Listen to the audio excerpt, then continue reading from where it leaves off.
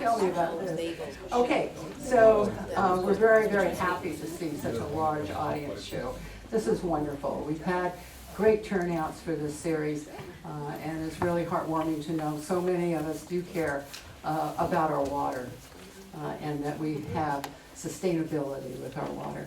First of all, we have Lindsey Shromen-Wawrin. There he is. Okay. And how many of you know him already? Yeah, right, okay. Lindsey is an attorney, as you know, in private practice in Port Angeles, where he is also an elected city council member. He's also a member of the League of Women Voters. Thank you. He helped represent the Center for Environmental Law and Policy in joining the defense of the validity of the Dungeness water rule in court. And that water rule that is established was an extremely important step for our future sustainability. His law practice generally focuses on the relative power of governments, corporations, and the people. Big job. I'm going to introduce you to Michael now, and Michael Gallagher. Back here. You're back there too. There he is. My speakers are shy. Okay, so Michael Gallagher, and we call him Mike, is the Southwest Regional Water Resource Section Manager for the Washington State Department of Ecology. Ecology's Southwest region covers 12 counties and 20 separate watersheds. He's in charge of all that, okay? It extends from the Strait of Juan de Fuca to the Columbia River, and from the Cascade Crest, from Pierce Lewis, and in, I'm not going to say this right, Skamania County west to, what, how was it? Skamania. Thank you. I'm not going to try that again. County west to the Pacific Ocean. He's been in the State Department of Ecology for over 35 years. For the past 12 years, Mike has worked for the Water Resources Program in the Southwest Regional Office in Olympia, first as a unit supervisor hydrologist, and for the past 9 years as a section manager. And we have a long list of all the things that this section does here, and I'm not going to go through them all. I think it'll become apparent as he talks tonight. Mike holds a BS in Geology from the University of Puget Sound, an MS in Geology from Western Michigan University, and a Master's in Public Administration from the Evergreen State College. He holds a Washington State hydrogeologist license as well. These are two very well-qualified people to talk to us tonight about water law in Washington. And with that, I think we're going to begin with Lindsey.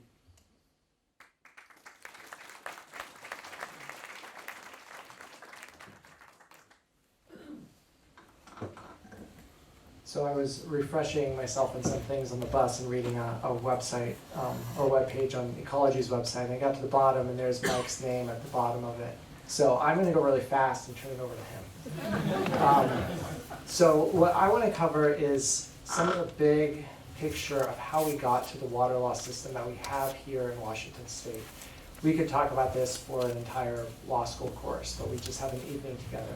So it's just going to be kind of the introduction to the major principles we use to decide who gets a right to use water.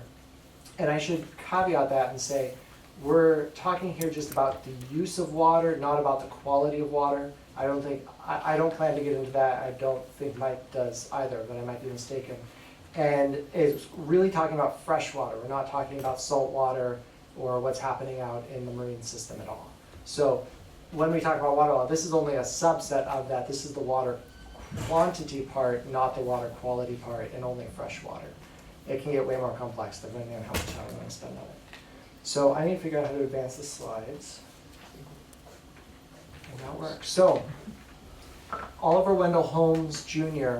was a legal scholar at the end of the 19th century and then became a U.S. Supreme Court judge. We know things like can't yell fire in a burning building, because that's him. But he wrote in this book, The Common Law, which is from 1881, that the life of the law has not been logic, it has been experience. And that's a very well-known phrase when we study what is the law and where does it come from. In that paragraph, he goes on to talk about some things that I think are really key for us thinking about water law and where it comes from and the principles that we're applying today. So he goes on to say, the law embodies the story of a nation's development through many centuries. The substance of the law at any given time pretty nearly corresponds, so far as it goes, with what is then understood to be convenient. But its form and machinery and the degree to which it is able to work out desired results depend very much upon its past.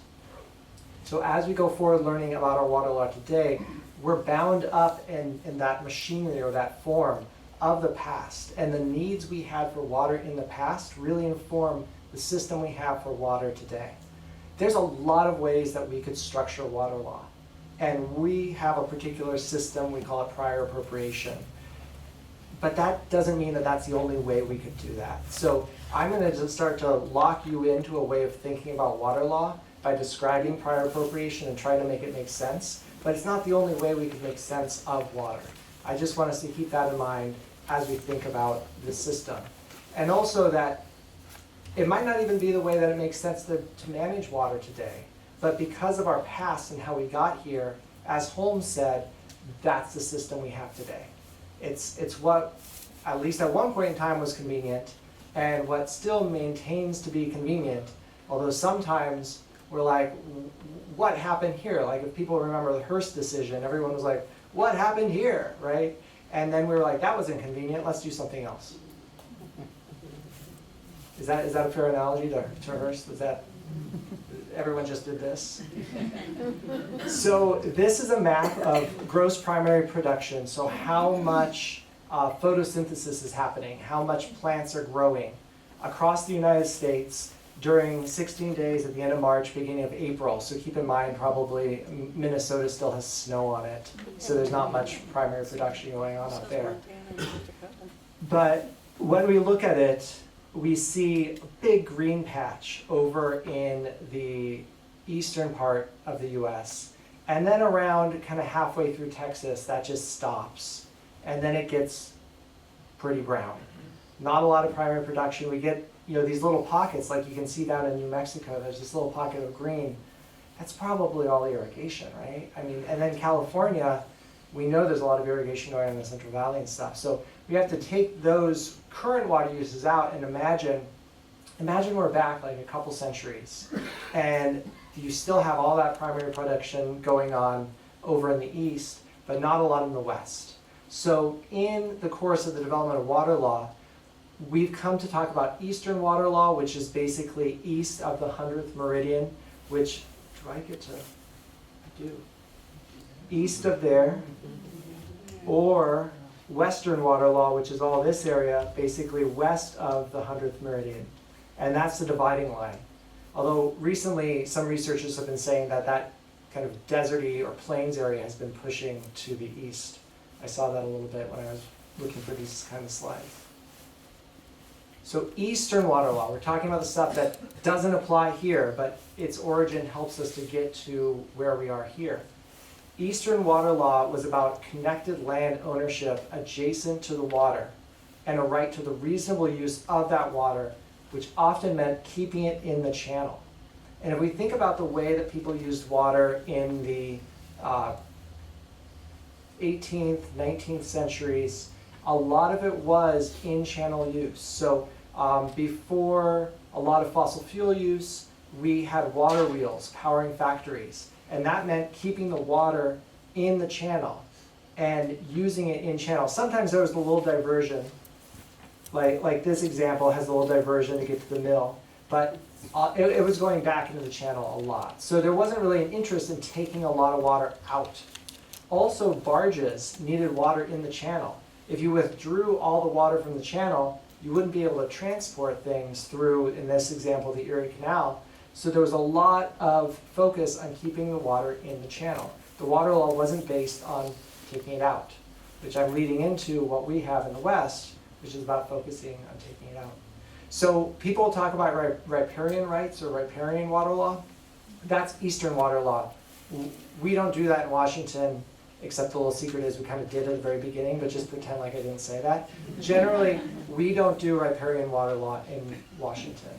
But this origin of it in the East was about often a reasonable use of the water, often connected with the channel, and you had a right to the water because you own land near the water. And that, I think, can be confusing for us. In riparian rights, owning land near the water gave you a right to the water. And then we go west, and particularly in mining in California, people would find their claim, and that was not conveniently located right next to the water, but they still needed to get water in order to get gold.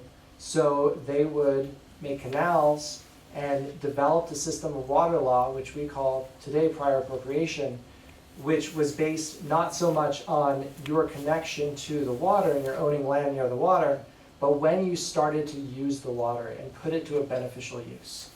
So out west, it's about mining. It was also about irrigation. Going back to that primary productivity map, if I can, if you want to grow food, you need to move that water away from the channel and get it back onto that arid land. So irrigation was a big motive for how we used water in the West. So these different needs led to a different system, like what Justice Holmes said, of what is then understood to be convenient. So we developed a different system in the West because it was more convenient for the needs we had in the West.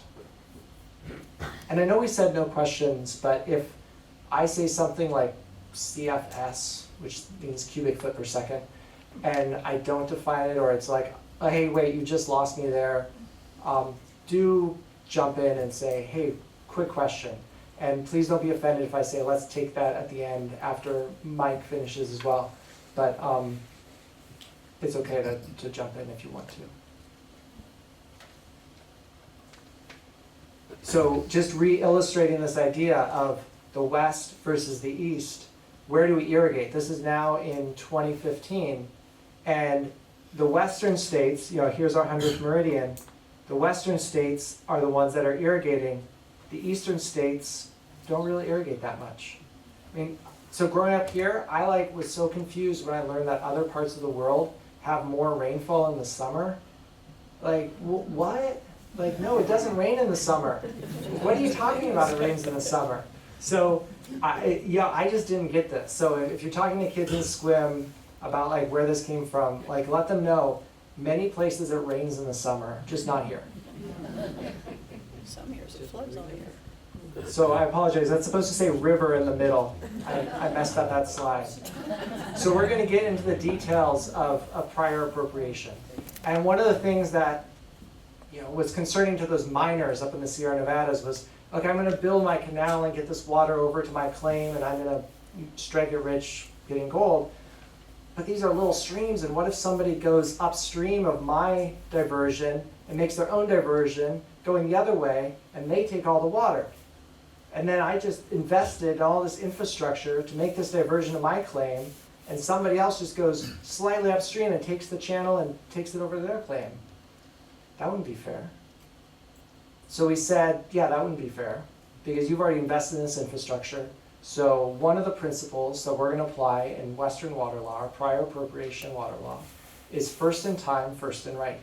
If you're the first one to appropriate the water, that's yours to use. And other people who come after you are secondary to your water use. So if you're first, it's yours. So let's say this is a river. The top is upstream, and then it flows down to the bottom. And along comes in the bottom right an irrigation district in 1895. And they start pulling out 10 cubic feet per second of water from the river. All well and good.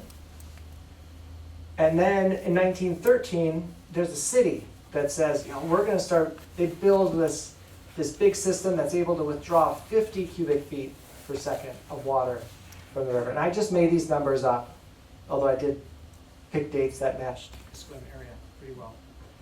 That matched the SQUIM area pretty well. But really, I'm just making these numbers up. So don't take this to be how much SQUIM's rights are or how much a particular irrigation district is. And then a little after the city, somebody goes up in the mountains and they homestead. And they're withdrawing from the river as well. They're after the city, and they're withdrawing less than a cubic foot per second. A cubic foot per second is a lot of water. So they're way less than 1 cubic foot per second. And all was well and good. And then one year, it doesn't really snow very much. And by late summer, that river doesn't have 50 cubic feet per second in it. What's going to happen? Let's say the river's down to 30 cubic feet per second. Irrigation districts in What good shape. happens? So in water law, at least in prior appropriation, first in time, first in right. So the irrigation district says, hey, look, I'm downstream, that city's taking all the water, there's barely enough, I'm getting 9. How about this? I'm getting 9 cubic feet per second, not 10, and I really need to be using 10 right now because it's summer and I'm irrigating. So the irrigation district can say, sorry, I'm not getting my water right. You junior users, those who are not as senior as the irrigation district, which here, based on these 3 users, the irrigation district is the most senior. You junior users need to shut down until I'm getting my full water right. Prior appropriation is brutal. It does not give anything like, oh, well, how about you do 90%, you do 90%, you didn't know. It's 100% of the senior water right. So that irrigation district has a right to its full 10 cubic feet per second because it's the most senior. But, what if it's shutting down the city? Are we going to let that happen? Oh, boy, we don't like that. Hopefully we don't get there. Maybe we'll do some good planning. But then that individual homestead up at the top, they're way up high. But in theory, if the irrigation district and the city aren't able to get their full water right, because they're senior to the individual homestead, they could require the individual homestead to shut down until they're able to meet their full water need. So prior appropriation is not a friendly concept for competing users. And that seniority date, who's first, is really important for who gets water and who doesn't get water. All right, that was unpacking a lot in there.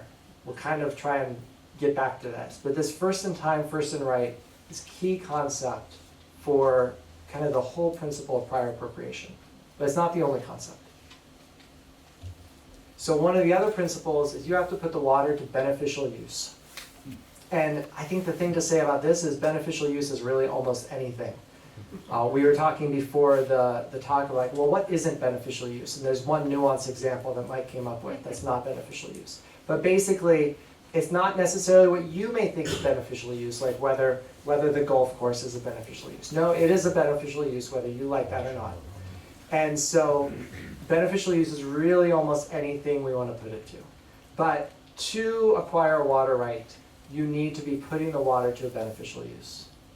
And perhaps the flip side of that is that you have to actually use the water. And so this is one of the other principles that is known as use it or lose it. So if you are not using your water, you potentially relinquish it or abandon it after a certain period of time, and it's no longer a water right that you have. So I just pulled this directly from Ecology's website because I thought it succinctly introduced the issue. But Washington's water law includes the principle that a water right is confirmed and maintained through beneficial use. So we just talked about that, almost anything. People often use the expression use it or lose it to describe this principle. Put simply, a water right may be wholly or partially lost through extended periods of voluntary non-use. The return of unused water to the site, to the state, is called relinquishment. The purpose of relinquishment is to ensure that Washington's limited water resources are put to maximum beneficial use for all of Washington's citizens. So in theory, if you're not using it, well, it's going to go back to the state, and then somebody else is going to be able to use it. That's the idea. So I had a friend who came to me once and was like, I was looking over my dad's property records, and there's this water right to this old cabin that used to be on the back acreage near that creek. We have a water right. I'm like, when was the cabin there? And he's like, oh, it was rotted away in the 50s. I'm like, yeah, you don't have a water right. Yeah, right? Beneficial use. You haven't put it to use, like somebody else has that water now. So one of the things to know about a water right is it's really kind of like a water use right. We don't say water use right, but I wish we did, because it's not something you own.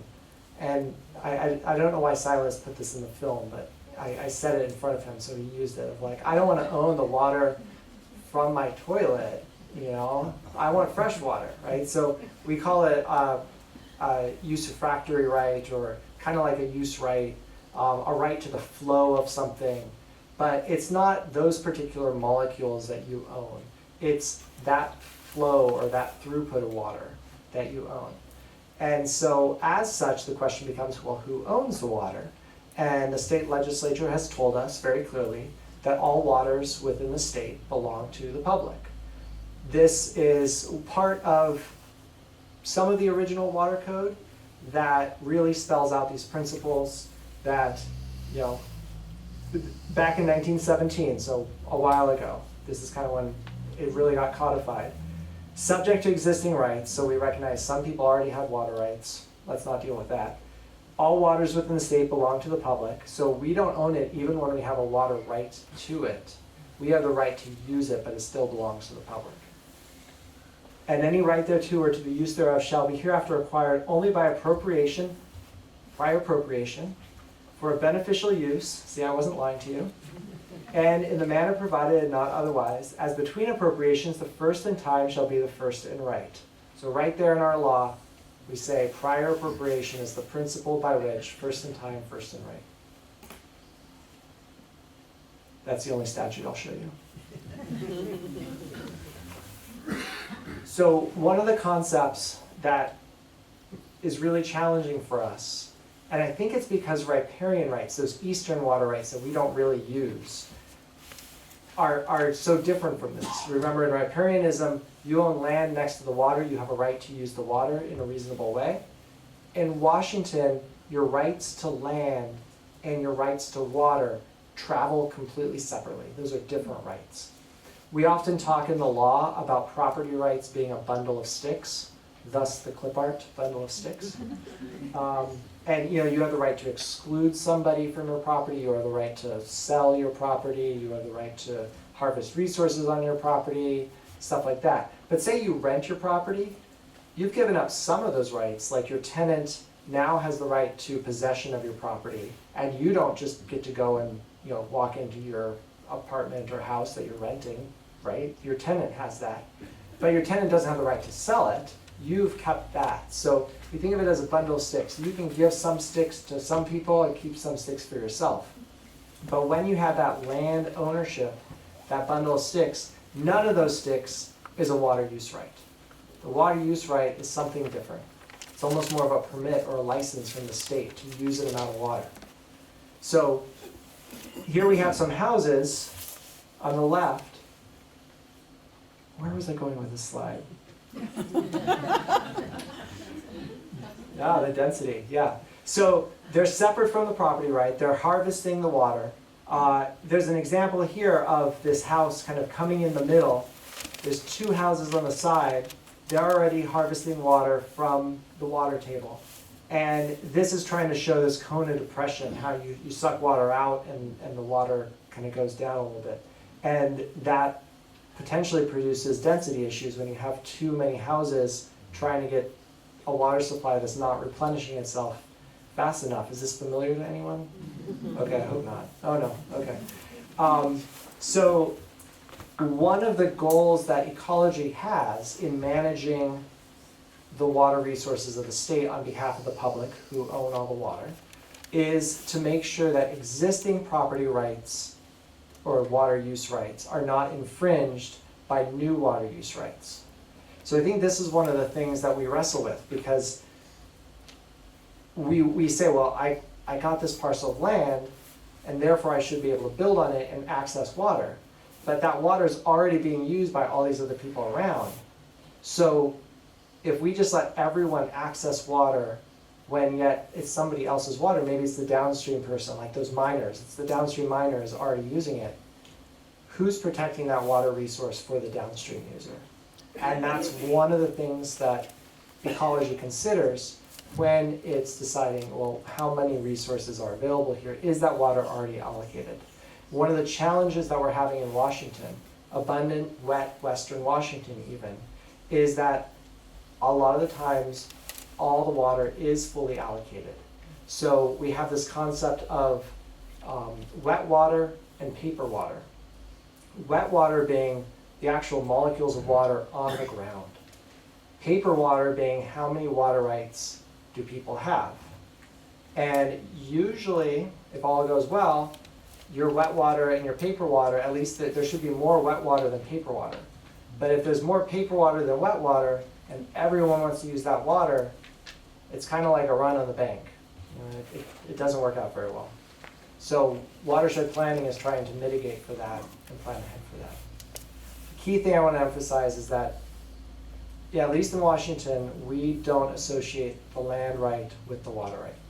Things aren't always structured the way we want. In other places where this hasn't gone as well as the Olympic Peninsula, there are people who are actually trucking water in to their houses because they don't have a water right in those areas. There's no available water, it's all fully allocated.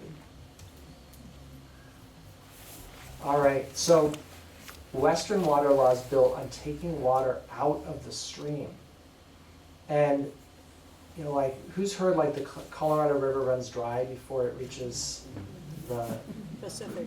I mean, like, what? Isn't that crazy? But that's how the system's supposed to work, because that means all that water is being put to beneficial use, right?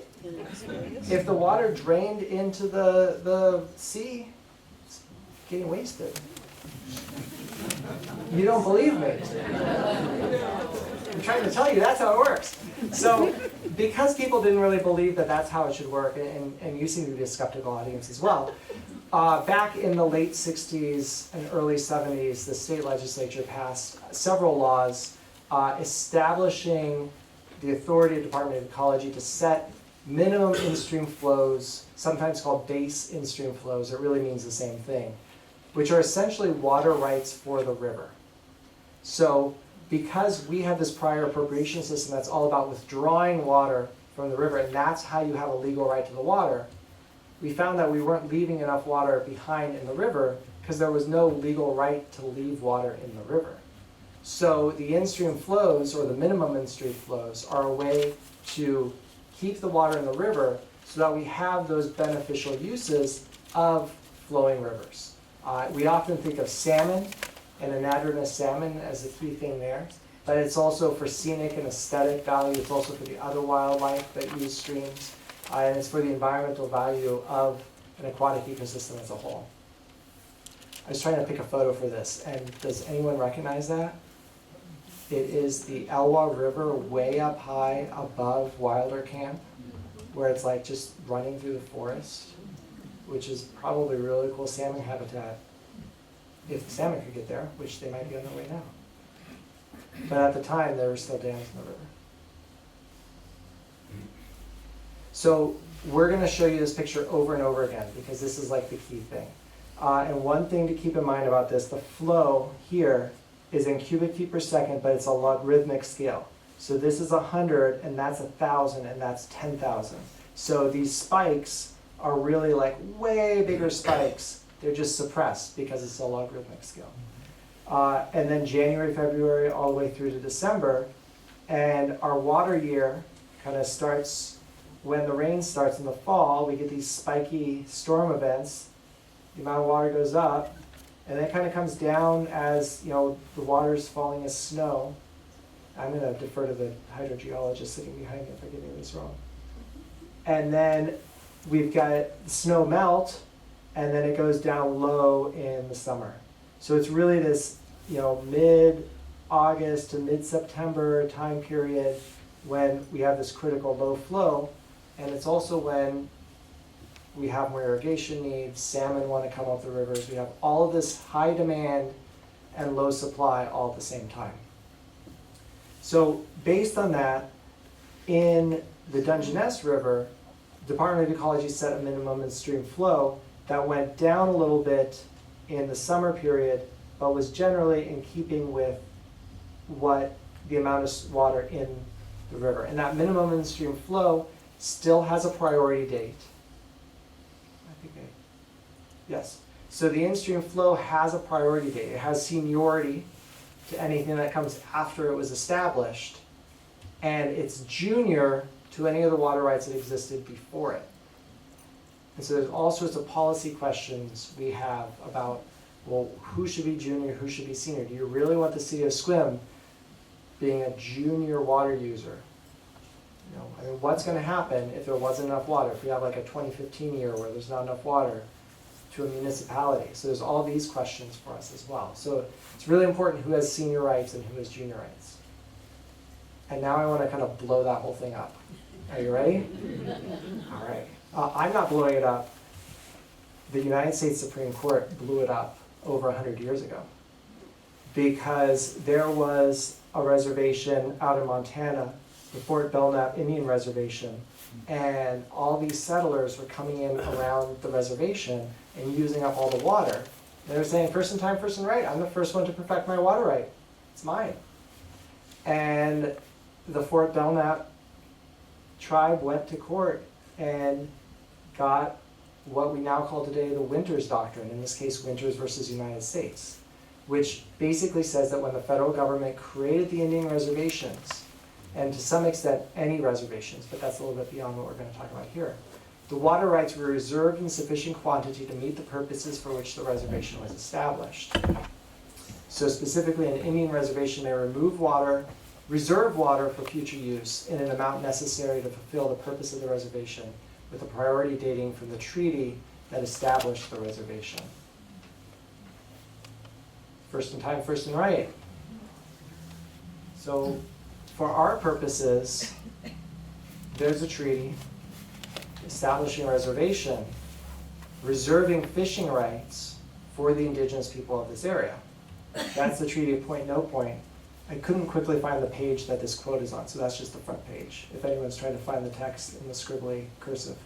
But it specifically says the right of taking fish at usual and accustomed grounds and stations is further secured to said Indians in common with all citizens of the United States.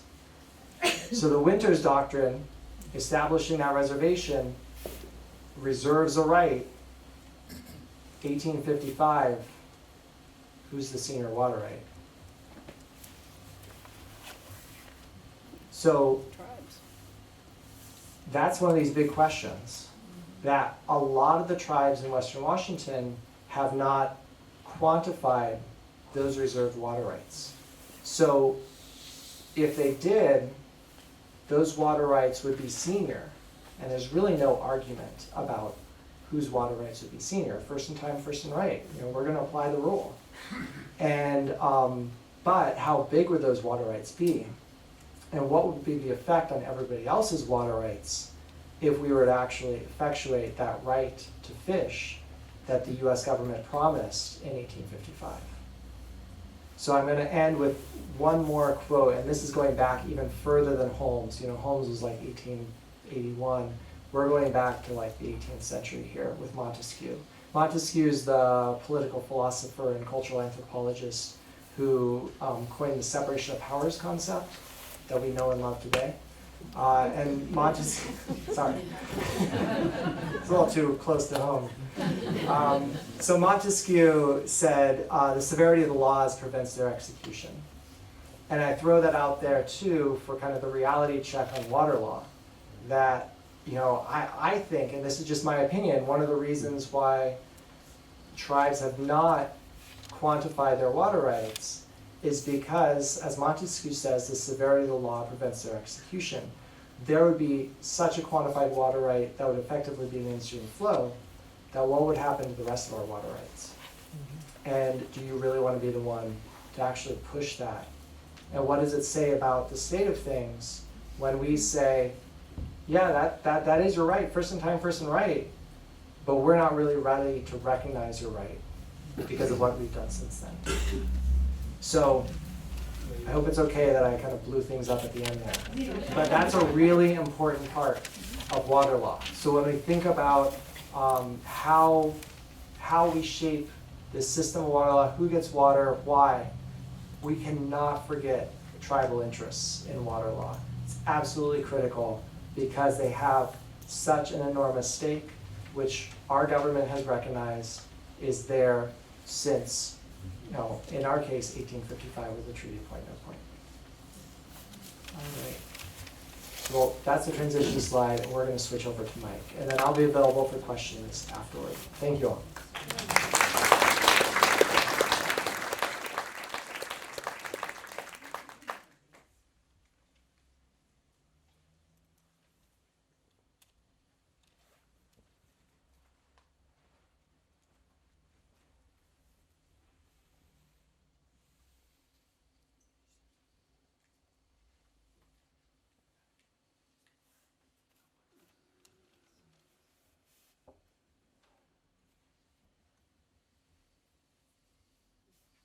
Okay, thanks, Ann.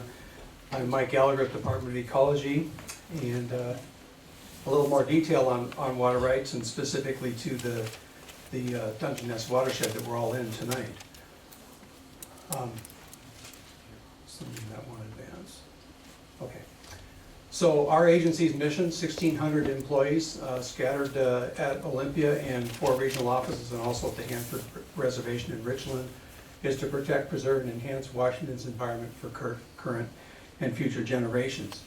Our primarily way we deliver our regulatory environmental service to the public, the citizens of the state, are through 4 regional offices. I work in our office in Lacey, which is in the same building as our agency headquarters, but we cover the green area on the map there, as Carol mentioned earlier, from Skamania County to Clallam County. 12 counties and 20 watersheds, 2 million people, 2 national parks, and I think the most beautiful part of the state. We have a Northwest Regional Office based in Bellevue, a central office, the White Counties in Yakima, and an Eastern Regional Office, the Blue Counties on the east half of the state in Spokane.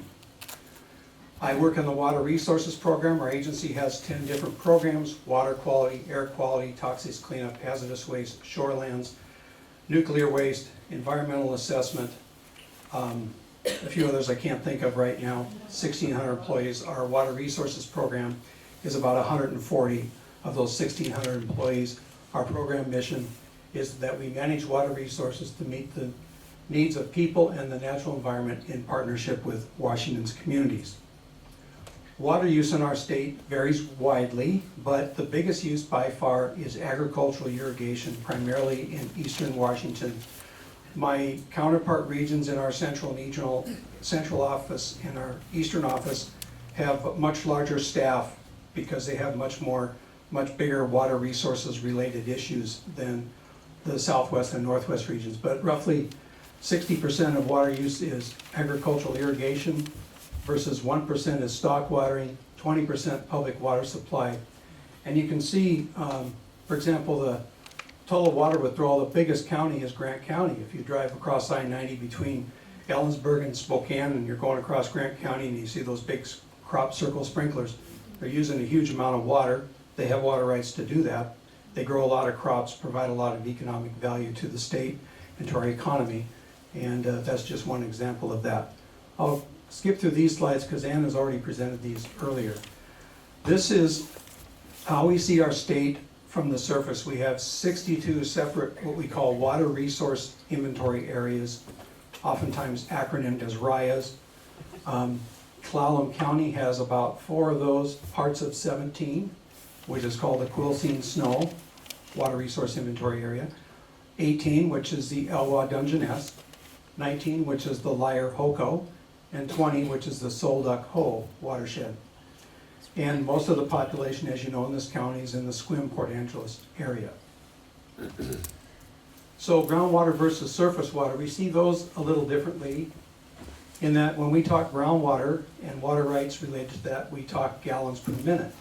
When we talk surface water, we talk cubic feet per second. And any amount of diversion, moving water from a surface water is also called a diversion, from the ground is called a withdrawal. Any amount of diversion from a surface water body, lake, river, stream, Dungeness River, requires a water right, technically even a bucket.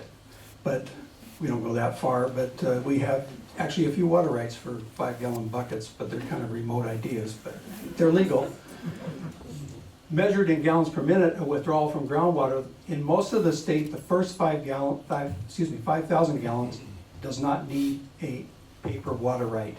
It is still considered a water right, but it's in the eyes of those that wrote the groundwater code in 1945, it's a small enough amount, the thinking back then, that it doesn't need a water right. Certain parts of the state, including the Dungeness watershed here, have further refined that through regulation to be a much smaller quantity. But if you go west of Deer Park Road and into the Morse Creek watershed, the Elwha watershed, you can put a well in the ground and withdraw up to 5,000 gallons a day and not need a water right. But once you come back on this side, over to John Wayne Marina, everything in between requires new use of water, and I'll get to that detail later, a mitigation fee, and roughly 150 gallons a day for indoor use. What is a water right? It's legal authorization to use a certain amount of public water for a designated purpose. There's many beneficial purposes: municipal, multiple domestic, stock water, irrigation, power generation, frost control, dust control, fish propagation, heat protection, mining, dairy, to name a few. The big ones are irrigation and municipal and multiple domestic and stock water in the state, and power generation. Power generation is considered a non-consumptive water right. It's basically the right to run water through a turbine, but it isn't consumed like the other water rights that I've referred to, or the other beneficial uses. There's three basic kind of water rights. The most important one, the most valuable one, is a certificate. And a certificate is, once a permit is once the water is put to full beneficial use, then we perfect that water right through a certificate. It becomes a property right, no different than owning land. And it can be sold separately from the property, or it can be sold with the property. A permit is permission by the state to develop a water right, but it's not a final water right. The city of Sequim has several water right permits because they haven't come to full beneficial use of what's been legally allocated to them. Same with Clallam PUD. And it's going to take them, quite honestly, beyond the lifetime of everyone in this room to put that water to full beneficial use. But that's how cities and water purveyors can grow over time, is they have this, they know they have this access to legal water, and they can grow into that. And of course, municipalities like the city of Sequim are thinking 40 years ahead. Ann's already thinking about the water that's going to be needed beyond our lifetime here for future residents of this city. And it's not going to be easy to get, but all cities are thinking of that. That's the importance of a permit. A claim is basically a document. Some of you may have claims in your property files, especially if you live on rural land. There was a time period when you could say, you file a piece of paper with Department of Ecology back in the 70s and 80s saying, I've used this water, and most of them were for permit exempt wells, but it was a way to document the use of water prior to the state groundwater, surface water law of 1917, or the groundwater law of 1945, and only a superior court can determine the validity of a claim. There's about 170,000 claims statewide. Most of them are for exempt wells anyway, so it really doesn't matter. But some of them are legitimate claims. How do you get a water right? If you can answer yes to all four of those questions, and number two is the most important one, and the last word in number two is by far the most important, then you can get a water right. If you can say, will the proposed use be beneficial?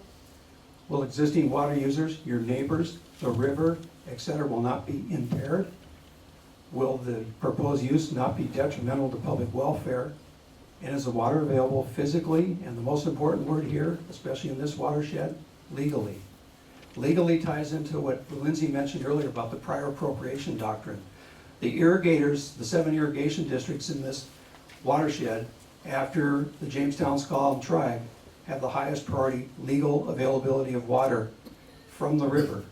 Everyone else after that is junior, including groundwater.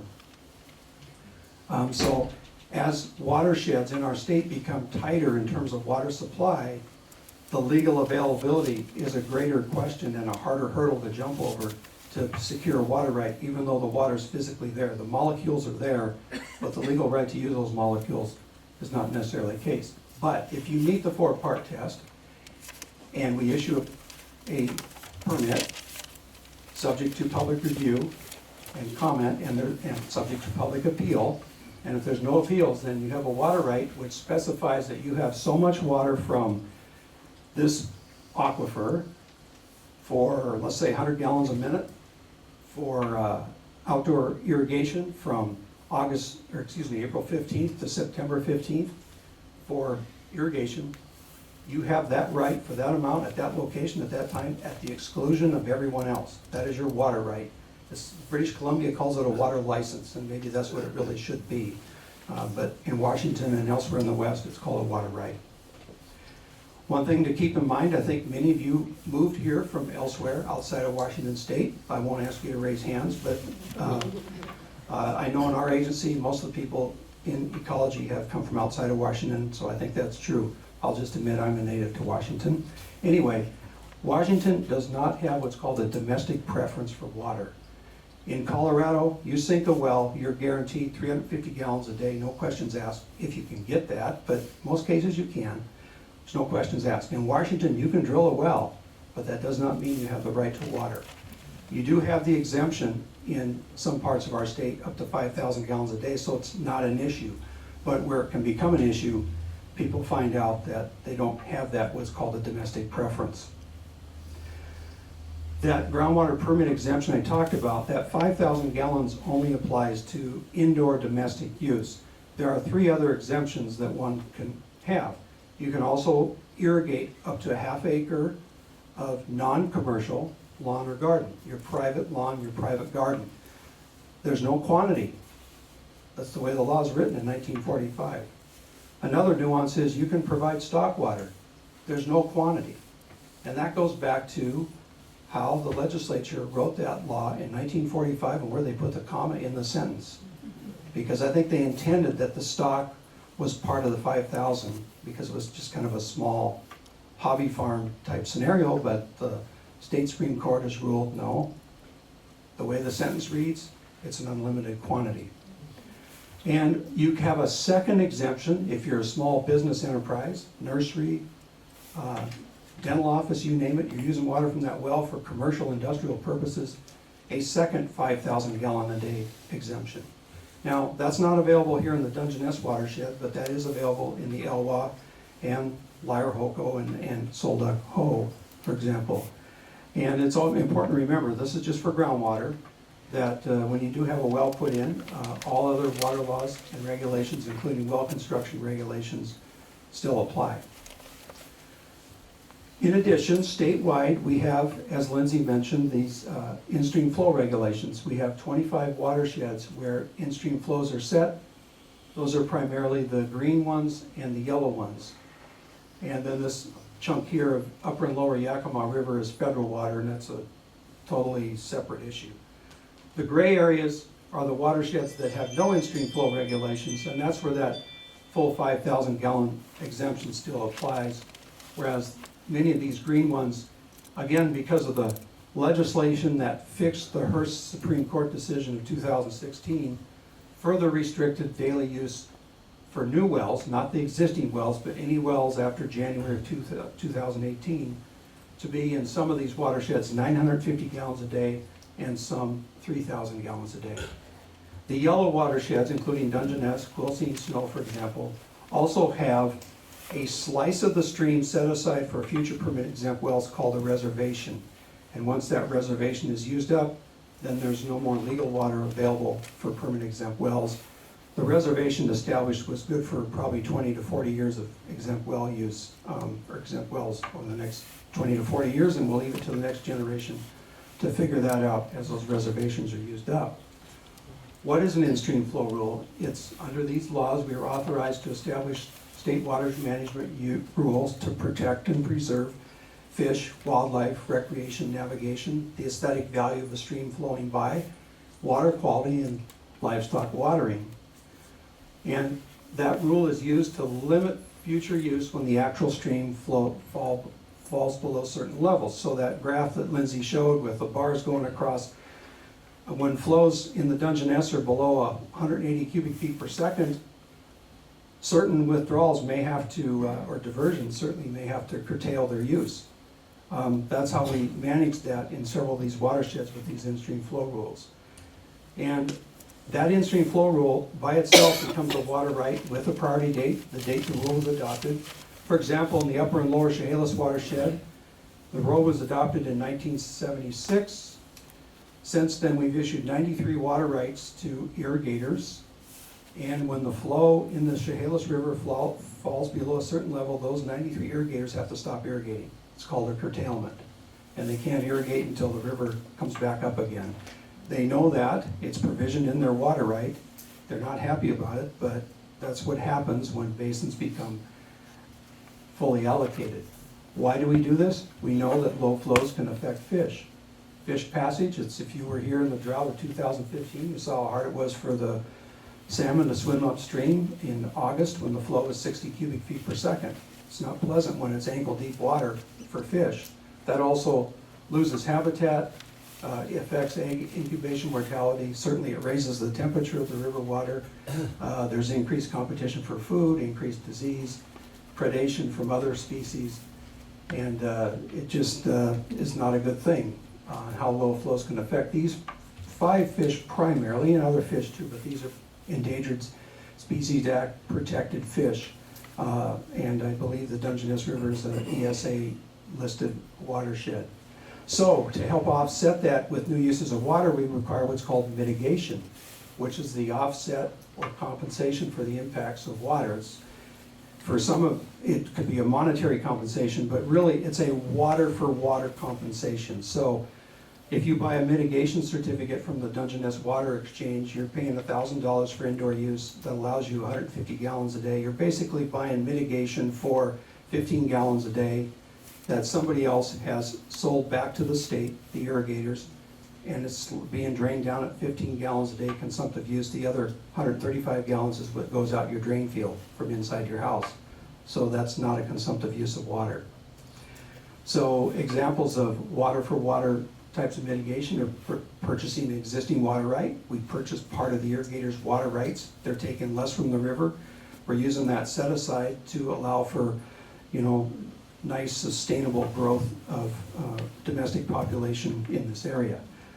There can be other ways, such as aquifer recharge. I'll give an example of that a little later. We have constructed with the Clallam Conservation District in the lead some shallow aquifer recharge facilities that are operated during the spring and summer to replenish the shallow aquifer in the area.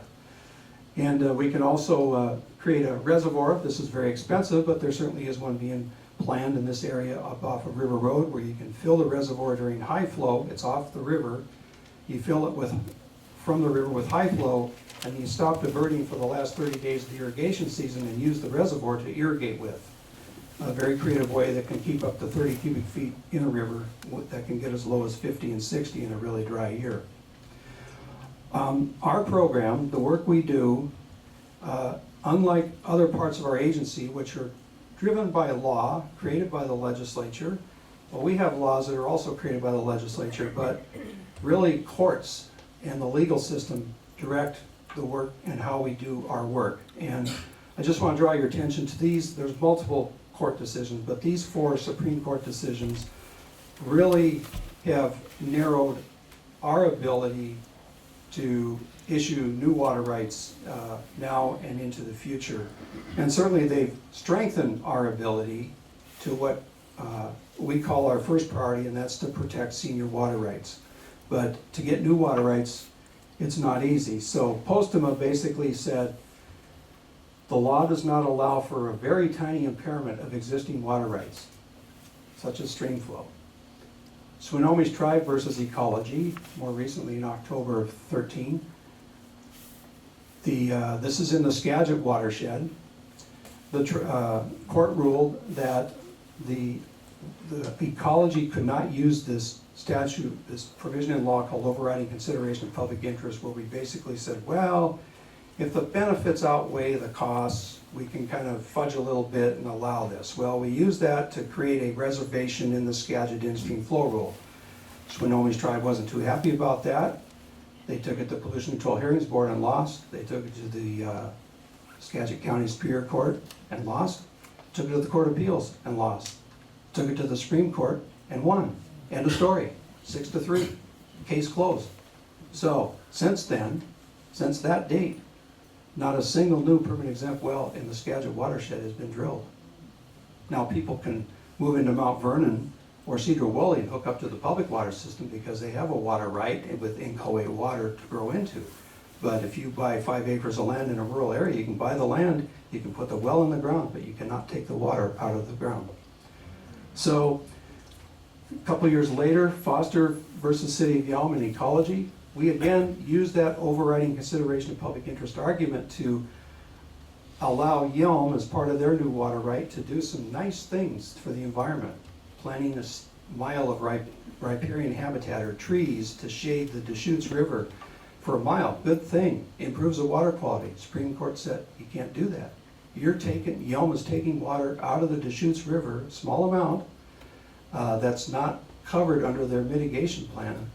It's not legal. So that has basically made statewide the form of mitigation right now is water for water. And then Whatcom County versus Hearst and FutureWise, this is the more recent decision that basically the court said county governments have to prove that water for permit exempt wells in their county under the Growth Management Act is both physically and legally available. And in the case of Hearst, the Supreme Court ruled that Whatcom County was not fulfilling that obligation. That transpired to all the counties in the state. And then a year and a half later, in January of 2018, we had legislation known as the Hearst Fix, or Stream Flow Restoration Act, which established a mechanism where now permit exempt wells can go back in, but the idea is these watersheds, these counties, these watersheds have to come up with plans that create water that will offset that consumptive use in those watersheds and over the next 20 years. And then closer to home here in this watershed, we had another case known as Bassett versus Ecology, which Bassett was a party of primarily realtors that appealed our Dungeness rule that we adopted in this watershed in 2013. They argued that ecology is being arbitrary and capricious and that we didn't have the authority to do certain things in the rule that we put in the rule. The Court of Appeals ruled otherwise and affirmed that they basically said the plaintiffs or the appellants have not shown that ecology exceeded its statutory authority in adopting the Dungeness rule, nor that the rule is arbitrary and capricious. We uphold the rule and affirm the trial court's dismissal of the case. The trial court would be Thurston County Superior Court that dismissed the case. Bassett's then appealed to the Court of Appeals. They, I believe, may have sought an appeal to the state Supreme Court, but the state Supreme Court refused to take that case, so it's now considered a holding, and it's a decision, and that's where we're at. I will add on top of these court cases some other parts of our history. If you lived here in the mid-70s, Yeah. there was great controversy with Native American tribes throughout the state putting nets across rivers and catching all the fish. And our Fish and Wildlife Department at the time would arrest the tribal members saying, you can't do that, it's against state law. Tribal members said back, oh yes we can, we have treaty rights. That went to Superior Court, or U.S. District Court in Tacoma under Judge George Bolt, and he ruled, yes, the Indians have a right. In fact, they have a right to half the fish in Puget Sound. That went to the Supreme Court. The Supreme Court agreed with Judge Bolt, and ever since then, we go back to that language that Lindsey showed you in the previous slide about rights to fishing in usual and custom areas. To have fish, you need water. To need water, you have to protect stream flows. So there's that, along with the Endangered Species Act. There's also this increasing awareness that the groundwater and surface water is connected. So if you're going to put a well next to the Dungeness River and pump a lot of water, you're going to also not just take groundwater, you're going to impact the flow of the river, maybe by a minuscule amount, but going back to that Postema decision, a minuscule amount is impairment. And then finally, just an awareness that the demand for our water in Washington is highest when the supply is least. We all want a nice green lawn in the summer when the river's at the lowest, or the supply, the groundwater table's at the lowest. So the challenge for all of us in this room is how do we manage that pie that we all share? And the federal government can print more money, but the Department of Ecology can't make more water. And so we have to share it. And whether you're a farmer, irrigator, property owner, fisher, business industry, doesn't matter. We all have to share that water. And quite honestly, in this area, the Dungeness watershed, with the rule that's been in place now for 7 years, this is one of the few places in the state where that sharing happens very well. That parties that in other parts of the state maybe hardly speak to each other, they work together here. Don't always agree, but they're working together, and it's really remarkable to see, and it's good to be part of from our agency's perspective.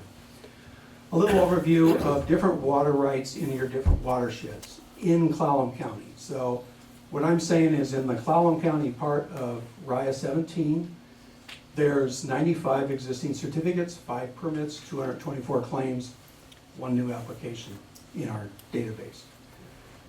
18, 595 certificates, 15 permits, almost 2,000 claims, and 55 new applications, or pending applications as we call them, people that have applied for a water right that are still waiting for a decision from us.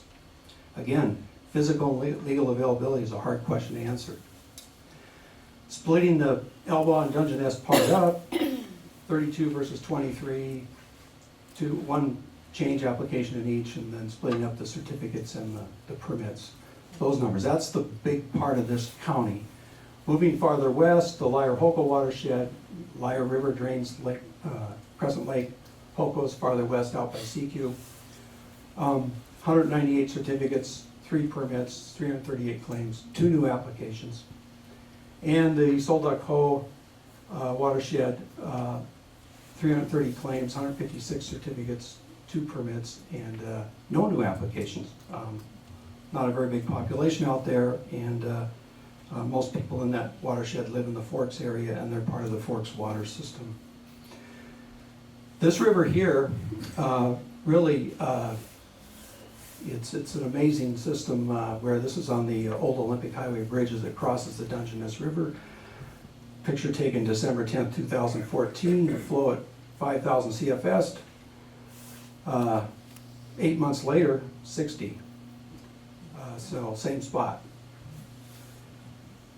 And underneath us, we have 3 aquifers that all flow to the Straits of Juan de Fuca, are good water supply sources, but mostly are below the irrigation diversions.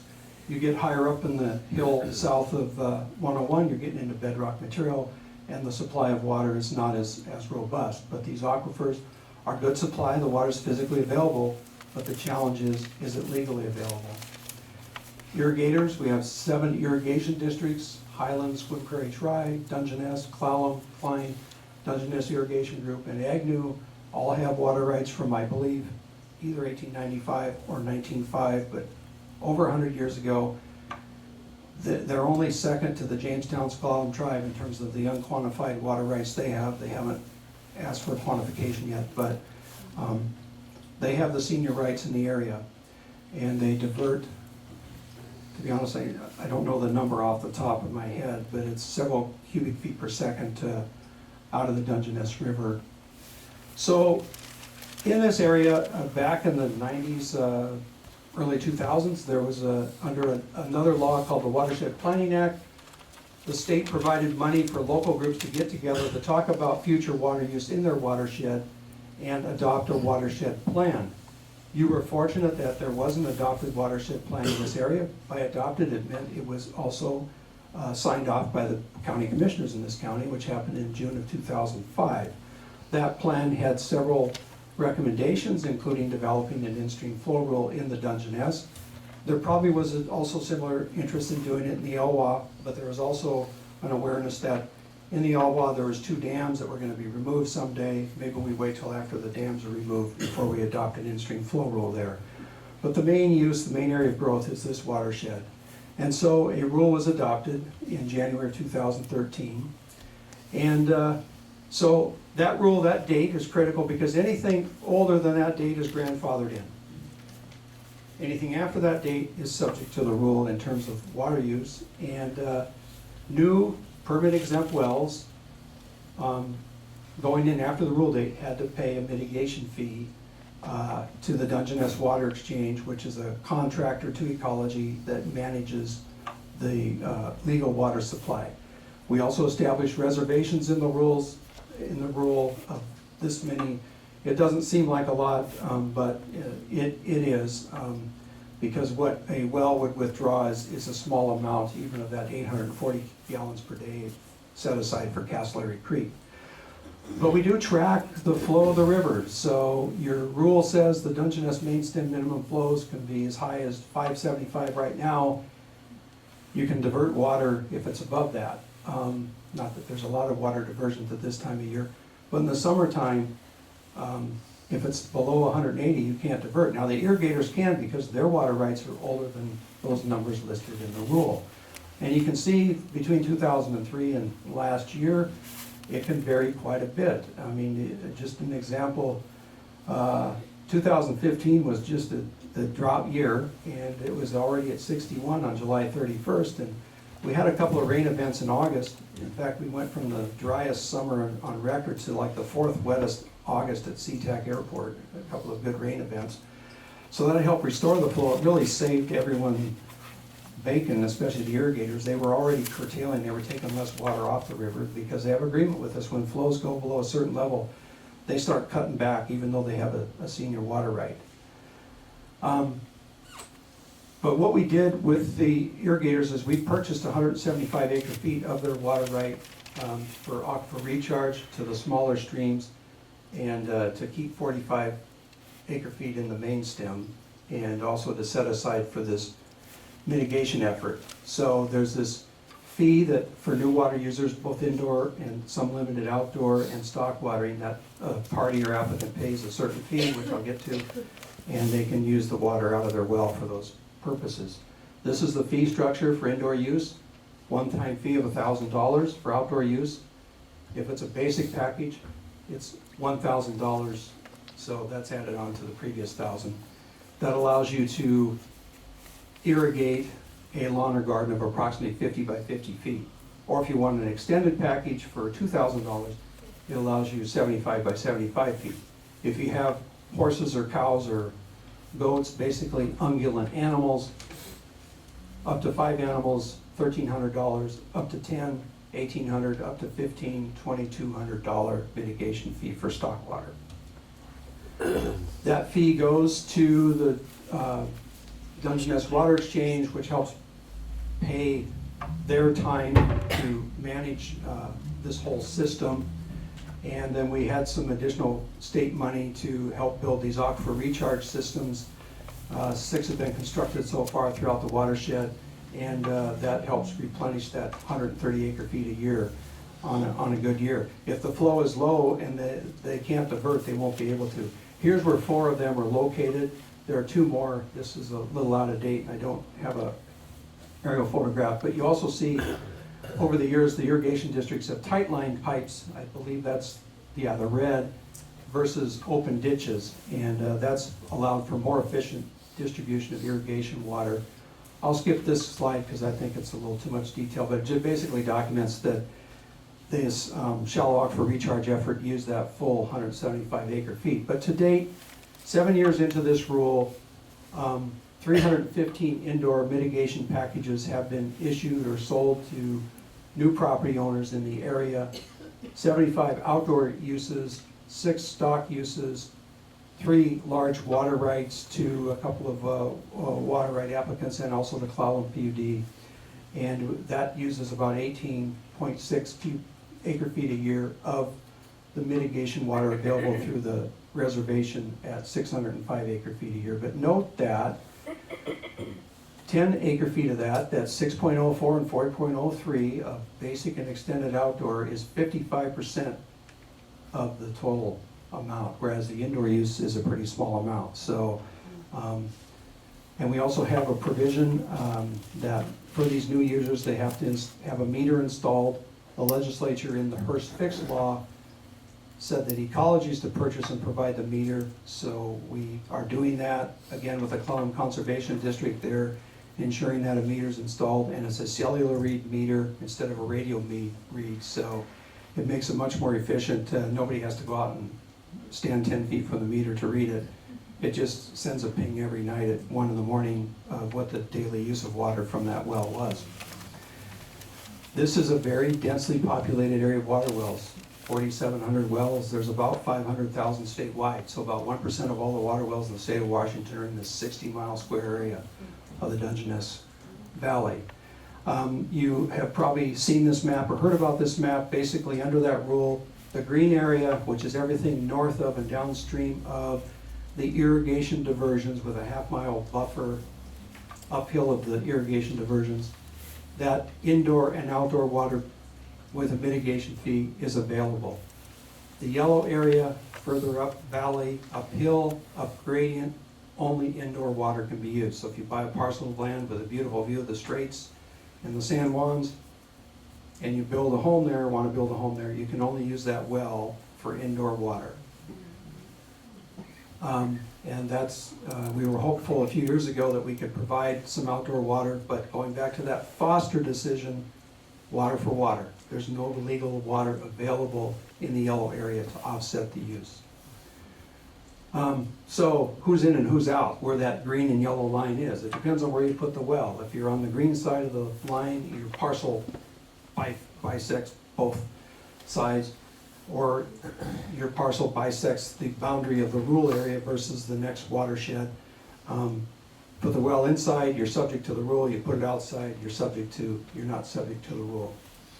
So indoor use, what's considered indoor use? We are pretty lenient on that. We're trying to be as flexible as possible. Basically, the use of water associated with human health and welfare, including water used for drinking, bathing, sanitary purposes, cooking, laundering, and other incidental household uses, such as washing windows, car washing, cleaning the exterior structure of your home, care of household pets, and watering potted plants on a deck or hanging on the footprint of the house.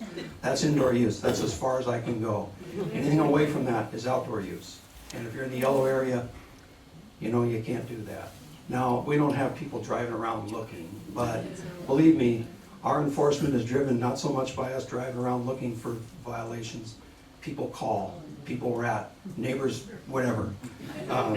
You play your radio too loud and you don't like it, well, if you're watering their lawn illegally, give us a call. So, anyway, I'll close with this proposed reservoir.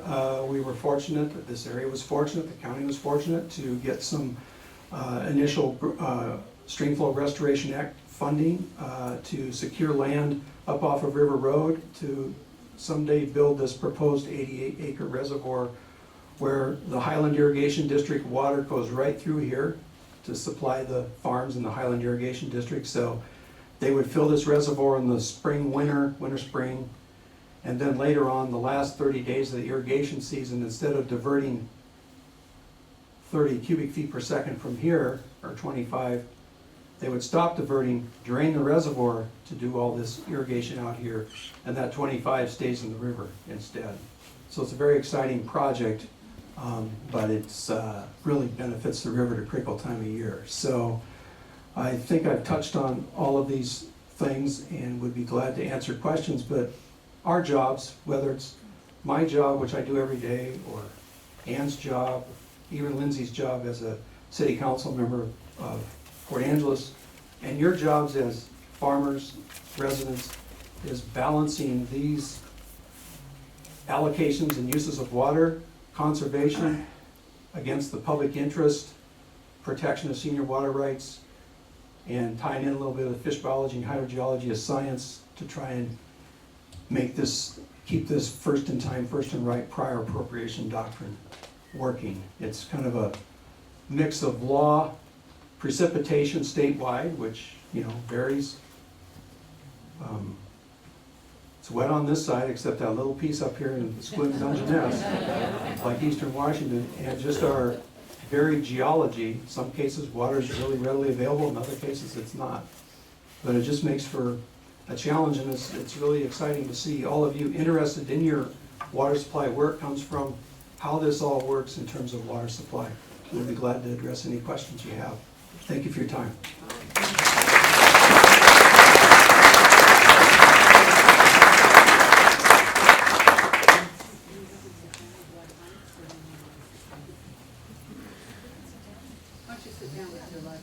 Okay.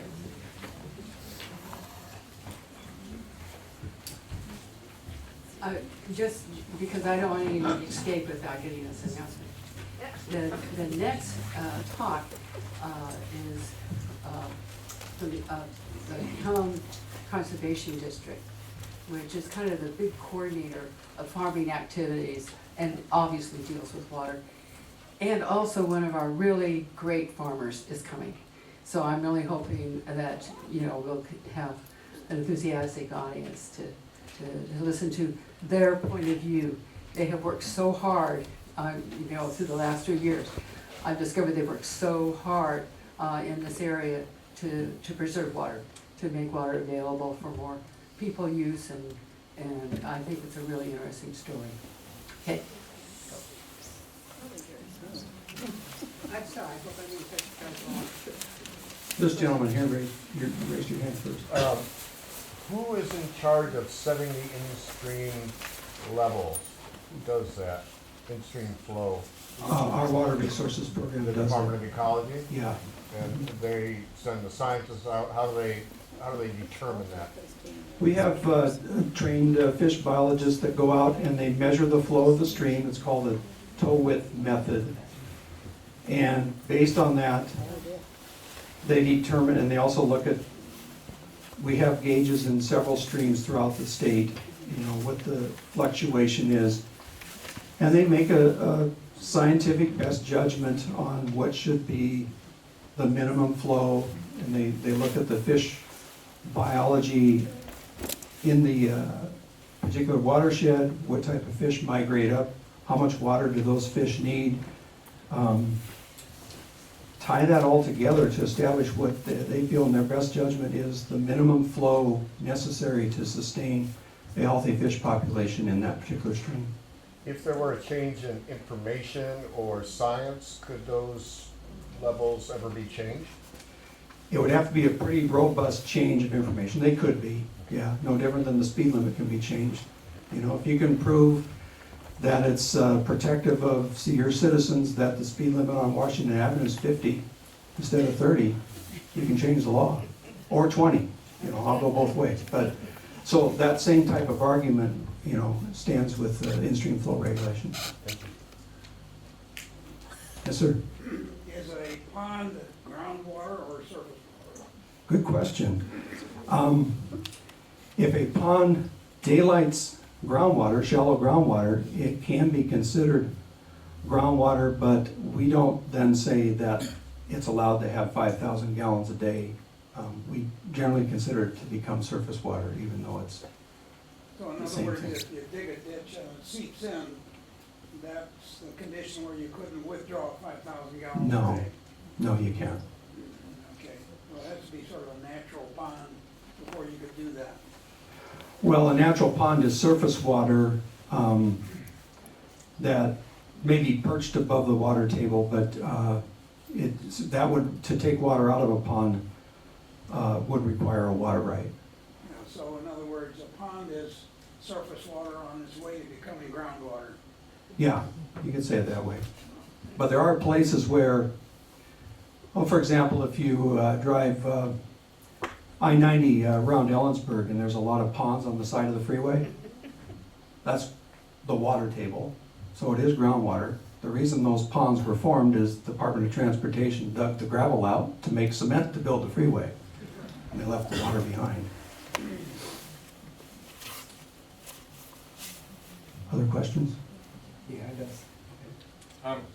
I know that things are rapidly changing in terms of rainfall and hydrology in Washington State and the rest of the country and the rest of the world. Is the Department of Ecology attempting to do any future projecting of how water flows are going to be changing over the next years and decades?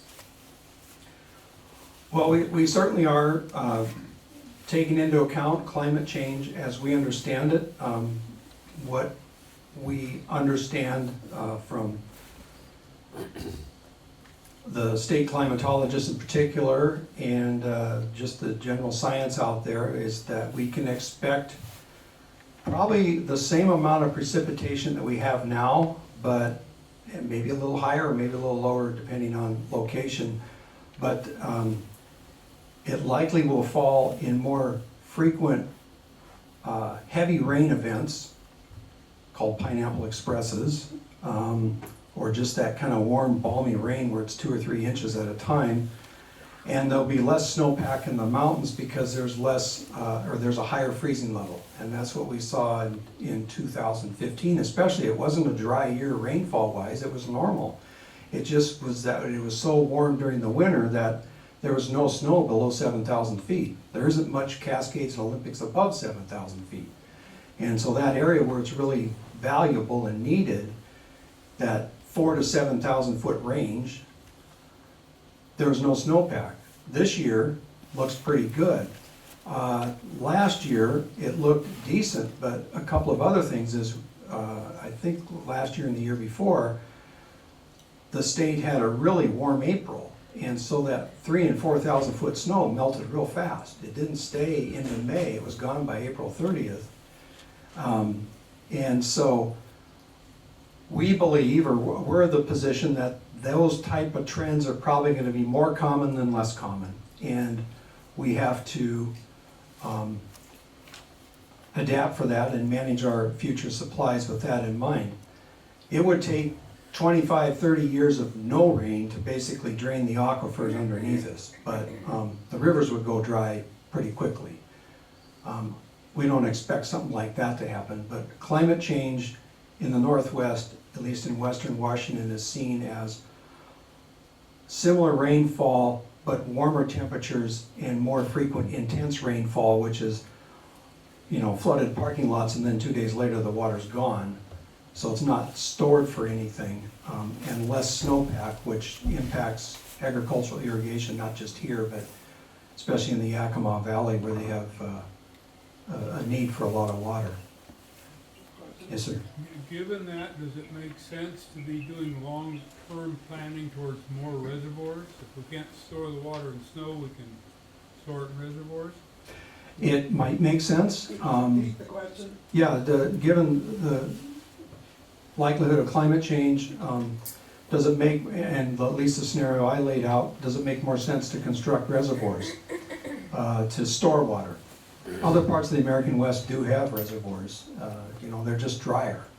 Perhaps I think we can learn from that. But to build a reservoir takes buying the land, managing the reservoir, ensuring that it's safe from failing, you know, a dam failure.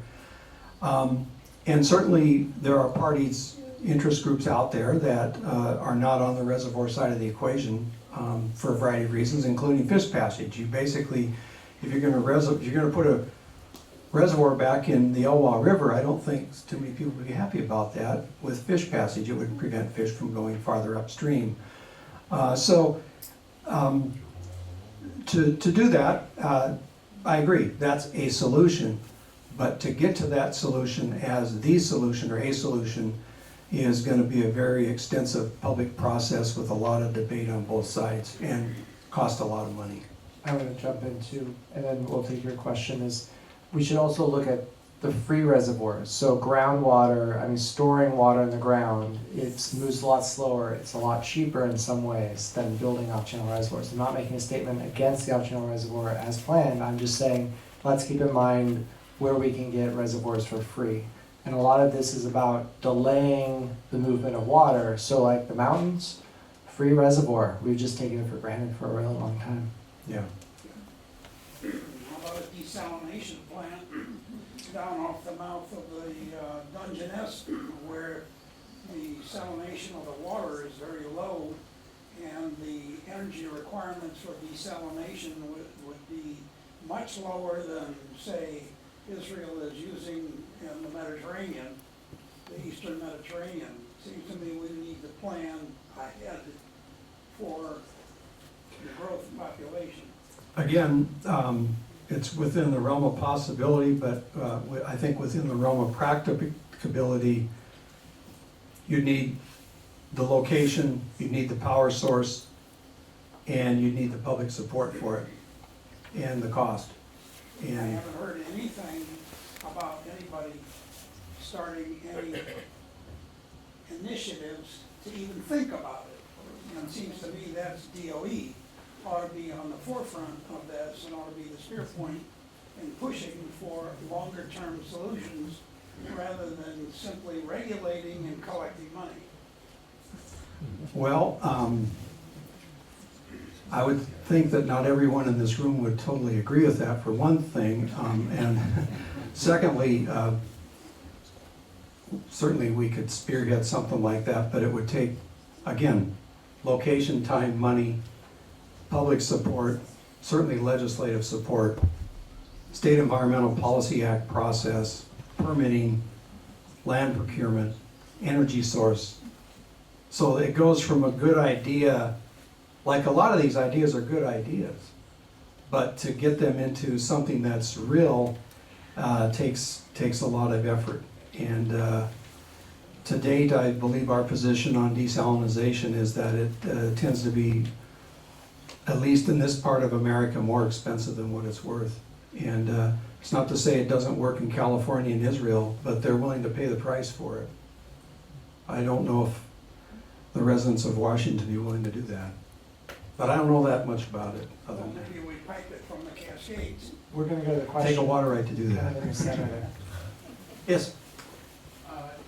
My understanding is there are 3 aquifers in this area, Yeah. and I know that at the bottom of Carlsberg Road, they're drilling into the lower aquifer.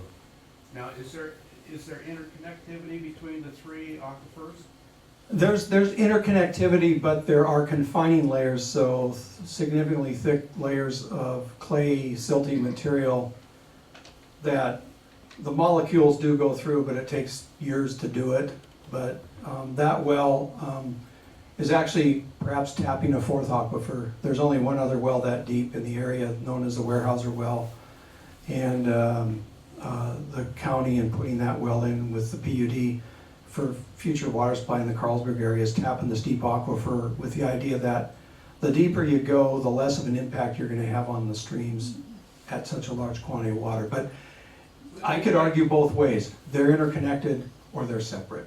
But theoretically, they're interconnected. Theoretically, then, if they tap into that, it will affect the other aquifers. If you use a groundwater model, yes. Visually, no. But Right. a groundwater model is a hydrogeologist's best friend and worst enemy, because the worst enemy part is it's never zero. There's always an impact. In the very back. Yeah, I got an issue with the 150 gallons a day per household. Mhm. In 1992, living in Quilcene, we had a gasoline spill. So we went to a water tanker, 5,000 gallons, from March till November. Our daily use per person was 120 gallons kitchen, bath, laundry. Now, the Colorado, you said, was 350 gallons a day, and that's more realistic. Mhm. So I'm concerned your numbers are way off. 'Cause I don't think it's possible. Well- We never could achieve 150 gallons a day per household. So what, a little bit of nuance on that. We established that number based on that the average house population of average home in this watershed is 2.2 people. I don't know where that number came up with, but that's what it is. And the average person uses between 60 and 75 gallons a day. So the mitigation certificate says 150 gallons a day. But we don't have the authority to regulate the size of a household or the family. And you could be 2 people, sell your home to a family of 5 or 6. Well, what we say is, because with the metering, we can monitor the use. If we see something that looks reasonable, even though it might be 300 or 400 gallons a day, and we think or we're aware that it's a larger household, that's fine. If it's 2 people and they're using 700 gallons a day, either they got a leak or they're using their hot tub too much or something. But I mean, that's where we're gonna say something. So we recognize there is that disconnect of, it does appear to be a low number, but that's what we have that it says on the mitigation certificate. But like I said, and like we tell people when they purchase get a mitigation certificate, we don't regulate the household. So we're gonna look for the outliers. I think there was a question in that corner, and then the question over here. Are there any regulations around collecting rainwater? No, okay, the question was, are there any regulations around collecting rainwater?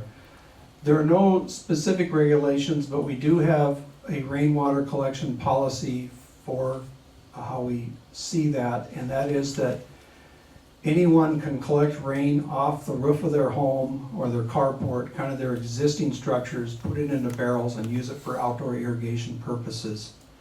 And that's fine, you don't need a water right.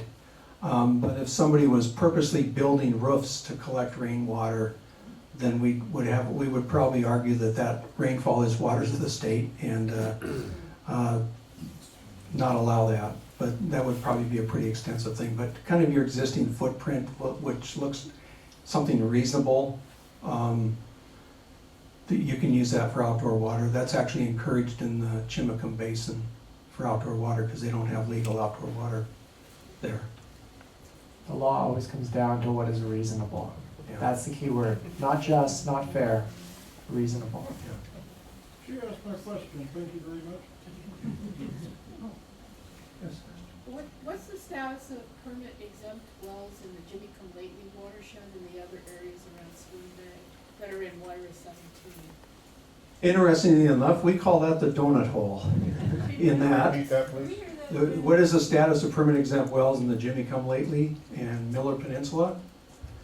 So the Dungeness rule goes to Bell Creek, and what is the Bell Creek watershed? Is that the end or is here? And I can. Bell Creek is included. So is the next one Johnson?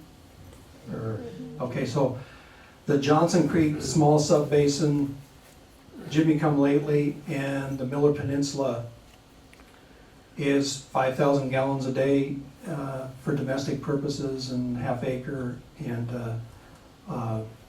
what have you. Then you get a little farther west into the Quilcene Snow watershed. I don't know the subbasin, but I think it's around Discovery Bay. Then that rule takes effect, and most of those are limited to, some of those subbasins are 500 gallons a day. The most restrictive subbasin in Raya 17 or the Quilcene Snow watershed is the Chimacum subbasin, Chimacum Creek through the town of Chimacum. If you put a new well in there after 2007, you're limited to 300 gallons a day indoor use and no outdoor use. We can take questions in the hall too if folks are interested in sticking around for the movie. For people who haven't seen it or people who want to see it again. Thank you so much for coming. Yes, thank you.